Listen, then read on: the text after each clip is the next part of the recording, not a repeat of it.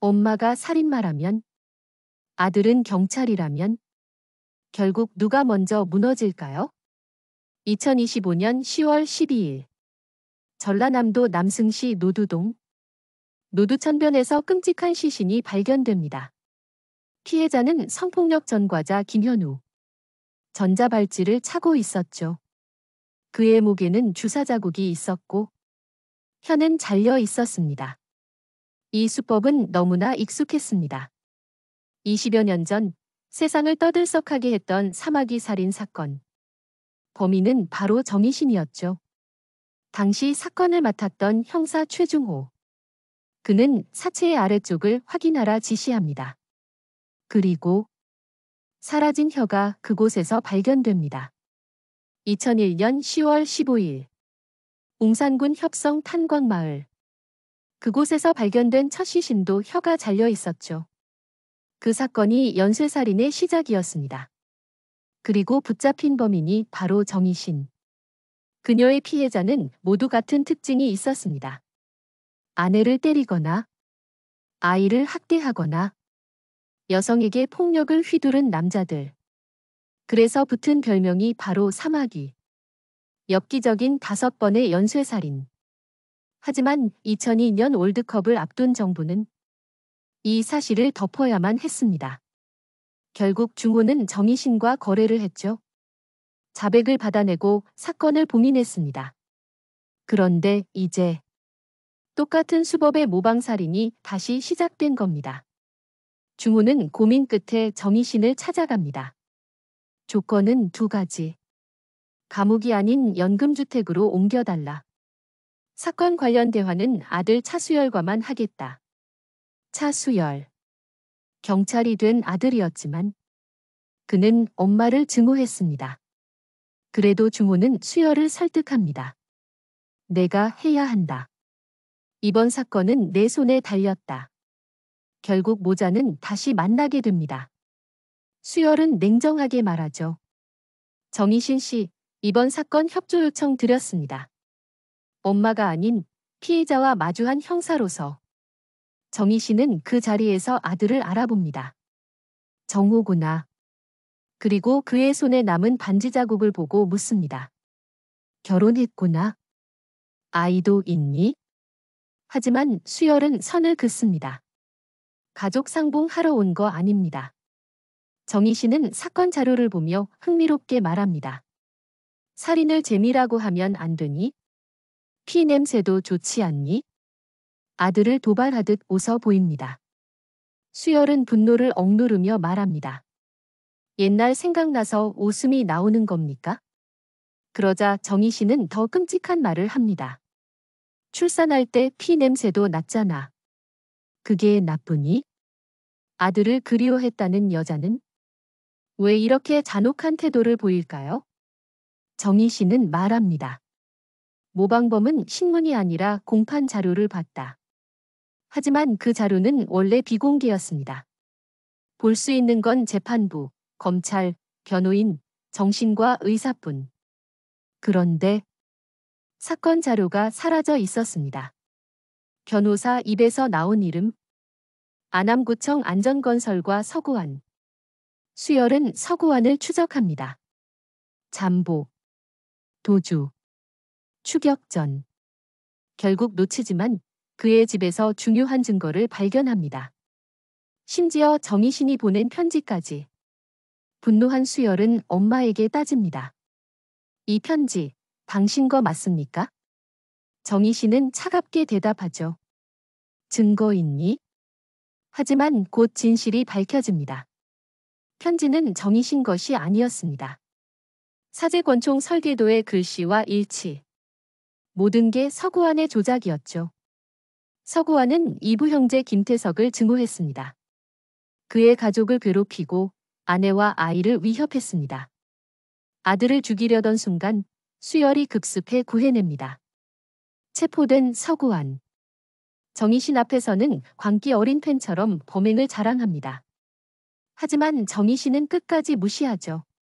분노한 그는 차수열 가족까지 협박합니다. 그 순간 정희신은 창살 사이로 그의 목을 조르며 위협합니다. 혼수 상태에 빠진 서구환. 그러나 그의 자료 속에서 수열은 또 다른 단서를 찾습니다. 매년 같은 병원에서 찍힌 사진. 그리고 그곳에서 김태석이 살아있음을 발견합니다. 대형 세탁기 속에서 기적적으로 생존해 있었습니다. 정희신의 기원을 보여주는 회차였습니다. 남편의 폭력이 아들 수열에게 향하던 순간 이신은 결국 가위를 들어 남편을 죽였습니다. 우발적 살인이었지만 그날 모든 게 변했습니다. 처음으로 느낀 권력, 처음으로 맛본 해방감. 그녀는 이후 5번의 살인을 이어갔습니다. 죽일만 해서 죽였다. 그녀는 자신을 심판자로 규정했습니다. 하지만 그것은 합리화였습니다. 그녀는 살인을 기술처럼 다루었고 쾌락처럼 즐겼습니다. 그리고 아들에게도 도발합니다. 내가 밉니? 죽이고 싶니? 그럼 죽여? 엄마가 아닌 포식자의 언어였습니다. 아들을 시험하려는 잔혹한 유혹이었죠. 수열은 할아버지를 찾아갑니다. 그리고 충격적인 고백을 듣습니다. 내 엄마가 내 아버지를 죽이는 걸 봤다. 수열은 분노합니다. 그때 바로 신고했으면 후속 피해는 없었을 텐데요. 정현남은 눈물을 보이며 말합니다. 아버지로서 그럴 수 없었어. 평생 속죄할 죄야. 수열은 곧장 정희신을 찾아갑니다. 그녀는 여전히 날카로운 말로 아들을 찌릅니다. 내 아내 정연은 강할까? 내 옆에 있어줄까? 수열이 맞받아칩니다. 죽일까요? 정희신은 웃으며 말합니다. 내가 할 수 있겠어? 내가 할게. 두 사람 사이엔 경계와 증오만 남습니다. 그리고 반전. 정희신은 사진 속 한 소년을 지목합니다. 박민재. 그 애가 모방범일 수 있어? 박민재. 과거 학대 피해자. 정희신 집에 붙어 살던 소년. 그는 이제 성인이 되어 수열 앞에 다시 등장합니다. 정연과 아라는 옛집을 찾았다가 민재와 마주칩니다. 민재는 수열과 정희신의 과거를 은근히 언급합니다. 이미 오래전부터 그들을 감시해온 듯 보였습니다. 수열은 그의 차고지를 급습합니다. 그곳에서 미니어처 범행 현장과 감시 흔적을 발견합니다. 몸싸움 끝에 민재는 경찰서로 끌려갑니다. 그 순간 정희신은 준비해둔 곤충 남가르의 독을 이용해 감시 경찰을 쓰러뜨립니다. 옷과 차 키를 훔쳐 탈출에 성공합니다. 수열의 집문 앞에 선 정희신. 이정연 씨, 안녕? 정희신은 탈출 직후 선택적으로 향한 곳이었습니다. 바로 아들 수열의 집. 그리고 그의 아내 이정연. 정연은 충격 속에서도 눈빛을 흔들지 않을 겁니다. 그녀는 강한 인물이고 가족을 지키려는 힘을 갖고 있죠. 하지만 정희신은 그 마음을 시험할 겁니다. 내 남편은 나를 닮았다. 넌 그 사실을 알고 있니? 정연은 끝까지 흔들리지 않으려 하겠지만 민재가 이미 던져둔 불씨가 있습니다. 그는 정연에게 사진을 보여주며 수열의 과거와 정희신의 흔적을 암시했습니다. 정연의 의심은 커져가겠죠. 한편 수열은 경찰과 함께 민재를 신문합니다. 민재는 교묘하게 말을 흘립니다. 사람을 죽이는 건 안 돼, 하지만 사마귀의 아들이 더 궁금해. 그는 자신이 범인인지 단순한 조롱꾼인지 모호하게 굴며 수열을 흔듭니다. 그 시각 수사팀 내부는 혼란에 빠집니다. 김나희는 수열을 불신하기 시작합니다. 팀이면 숨김없이 공유해야 한다. 배성규와 최혁은 갈등 속에서 서로 다른 태도를 보이죠. 내부 균열은 점점 커집니다. 그러나 진짜 위협은 밖에서 다가옵니다.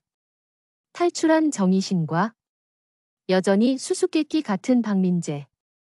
그리고 죽은 줄 알았던 서구환의 그림자까지. 민재가 진범일 수도 있지만 또 다른 인물이 숨어있을 가능성도 크죠. 민재가 신문실에서 남기는 수수께끼. 그리고 팀 내부의 불신. 모든 퍼즐이